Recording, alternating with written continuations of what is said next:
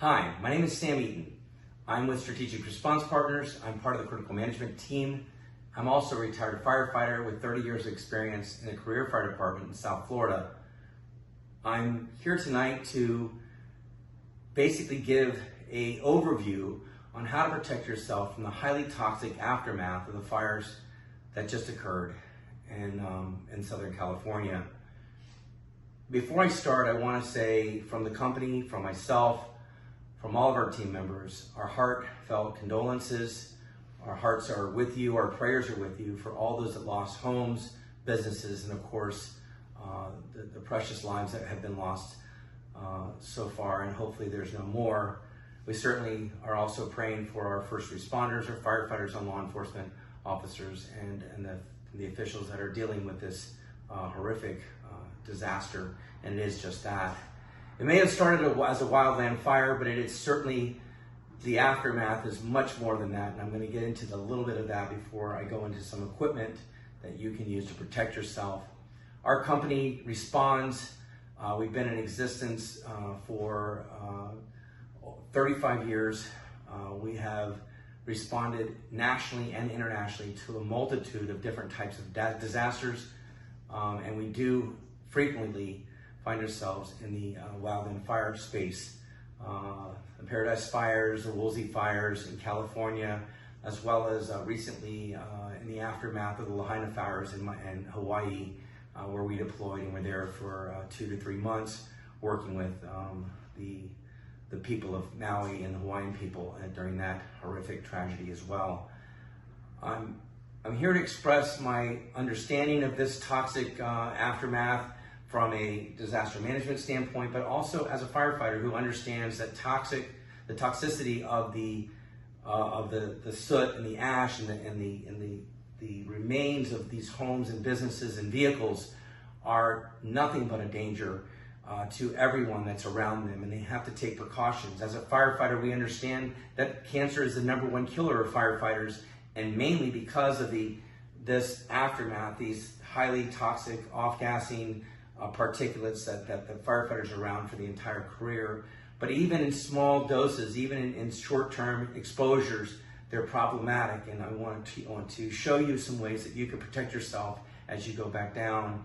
I know people are going to want to go back to their properties, go back to their businesses, and find out what's left. And when you're able to get back in there, please take these precautions and these safety measures in mind and take them to heart and understand they are very important for you, not just on a 1 or 2 time incident, but as you go back down over the next weeks to months to even a year and beyond, those areas are still highly toxic. So I'll go through some equipment, but before I get into equipment, let me just talk about just what I'm wearing right now: a long sleeve shirt, long pants, protective boots. When I'm in and operating around the space, at least I have this on me and I can peel this off. And what would happen if I didn't have any other equipment, this clothing, this hat, these pants would become saturated with micro particles. And those particles, again, very dangerous and scientifically proven to be carcinogenic, are going to be problematic for my health if I absorb them, if I ingest them, if I inhale them. All of those things are problematic for my system. So I want to try to do better than just what I'm wearing here. So what I might start with, let's just talk about what you're using on a regular basis: your hands. Do not go into these areas and sifting through with your hands, bare hands. Make sure you have some disposable gloves with you, heavy duty ones if you can, that can hold up. If you have to double up on the gloves, do that. And certainly digging through, at minimum, have something like this to protect yourself, maybe even over these some heavier mechanic type gloves to make sure that you're not breaking through this material. While we're talking about digging through material, if you're going back down to the ground zero, or the areas where your homes and businesses are, please leave your children at home. Do not bring your family down there. It's not a family outing. Don't have them come down, because of what I'm telling you right now is that we don't want to expose them to these toxins. And so be mindful of that. Try to limit and minimize their exposure by not even bringing them to the scene. I'll refer to a structure that's been burned completely down as a hot zone as I'm talking about this, pardon my terminology, but there's a hot zone where the actual danger is. There's a warm zone, which is a circumference around that. And then as you get upwind from that, you can be in what's called a cold zone. So you could be looking down on something and not actually be exposed because the winds blowing towards that area, and you're upwind of the area, so that would be considered a cold zone. So that's the gloves. Then let's talk about eye protection. Eye protection, is important because your eyes have mucosa. So having something like this on your face when you're in and out protects your eyes from that exposure.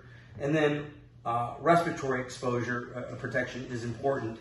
At minimum, please don't just use a cloth or a rag or something around your mouth. You want to wear something as like an N95 respirator. Everybody's familiar with this with COVID, but N95 has the higher ability to block out that smaller particulate, so N95 or better. These are some examples of N95s. This is about $10 at Home Depot, not hard to get. If you want to up your game on the respiratory protection, you're going to be in the area, you're going to be in a heavier particulate area, a higher hot zone, if you will. You might consider to get yourself a 3M mask. These are about $50, $60 at Home Depot or Lowe's. And then they come with this specialized filter. These filters are designed to, this is in the paint department, and they're designed to protect you from a lot of things, including organic compounds, and that's what you're looking for when you're looking for a filtration system. Typically they're a pink color, but just look on the package labeling, and here's another model of them, but you see the pink is here, but just reading here in the information, look for volatile organic compounds or organic vapors is what you're looking to protect yourself from. So respirations are important, and making sure that you're not inhaling this stuff, and that would go in the hot zone or the warm zone. No matter as you're coming in, already having that stuff in place is important. Let's talk about outer garments. Again, a long sleeve shirt, long pants are minimum. Certainly, if I'm going to leave the scene, I want to take this clothing off before I get back into my vehicle. But to protect yourself even further, you could use something like a Tyvek sleeve or Tyvek suit and Tyvek booties. These would go over your footwear, and this here would be a suit that you could throw away after you're digging through the debris and stuff like this. This is really the highest level at a civilian side that I would definitely recommend, and this is the way to really protect yourself from what you're going to be involved in, especially if you're going to be there for a half hour, an hour, 2 hours or so. It's good to have something like this. What's good about this is I can take this off and throw it in a trash bag and not even bring it into the vehicle. I obviously cinch it up and make sure that I'm not exposing the vehicle, your personal car, to the off-gassing of these particulates. Let me explain that. So if I don't do these things and I just get into my vehicle, my car, wearing this clothing that was in that area as I'm digging through and sifting through the ash and stuff, everything that's in here is going to start to come out of it. It's going to start to puff out, if you will. And as I sit down in my seat, now my car is an exposed apparatus. And now I have, as I get into the car over the next couple of days, the next week or so, I'm still exposing myself to those particulates. So I'm trying to help you understand that cross-contamination can be eliminated if you take these steps at the scene itself. So that's really, that's just a quick overview. I apologize, I want to make this as short as possible. So before I get into my vehicle, I would have a trash bag. And I would have a bag for anything I took off, like my gloves and my Tyvek sleeves and my mask, and I would put that in there while I'm in the warm zone. Put it in the bag and zip that up and make sure it's tight, airtight. And then I would have a separate bag for my clothing here. So I'd take my shirt off, I'd take my pants off, have some shorts on, and basically be able to put those into a bag and also cinch those up. The importance there is that, of course, I'm not going to throw those clothing away, but when I get home, I'm going to put it in the washing machine. And I want to make sure I wash it separate from any other clothing from my family and not have that cross-contamination inside the washing machine itself. These are important steps that are necessary. These are things that firefighters do on a regular basis, those that are cautious of this. And it's important that you understand this as a citizen, as a homeowner, as a business owner, to take those same modes. Before I leave the scene, I would want to wipe my skin. These are some examples of wipes that you could use at the scene, typical hand wipes, baby wipes, or there are companies out there that use, that have a specialized wipe that removes heavy metals from your skin. And this is a good example of something that we actually use in some of the fire departments, but this is a field wipe, if you will. And so when I'm wiping, it's not just wipe everything with one wipe. You're going to want to use multiple wipes. You're going to want to wipe your hands first because they're the things that are touching everything. Obviously, even if you take your gloves off, make sure your hands are good and clean before you move to your next section.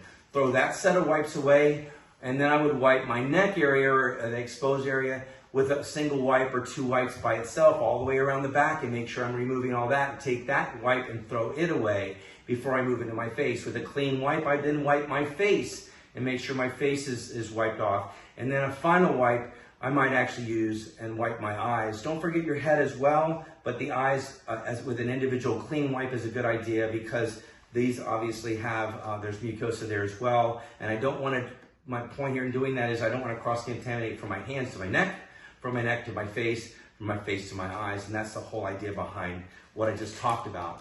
Just wiping in general has the ability to cross-contaminate to areas.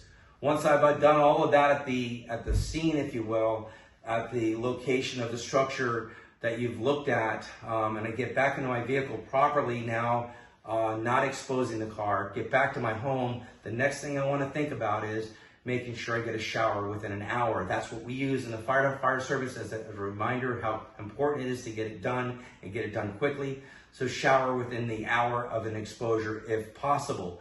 Why is that important? Because even though I've done all of that at the scene with the wipes, I still want to make sure that I properly clean myself head to toe to make sure that there's no continued residual exposure. So thank you for your time and your attention. Also, to any of you that would please share this message with those in your sphere of influence. It's an important message for safety and for health for you and those around you, and especially your families. I'll leave you with this. This is not just for our homeowners or property owners. It's also for those that come into the area, vendors, volunteers, those just in and out, providing services. And it's certainly for first responders, but many of them already know the importance of these measures.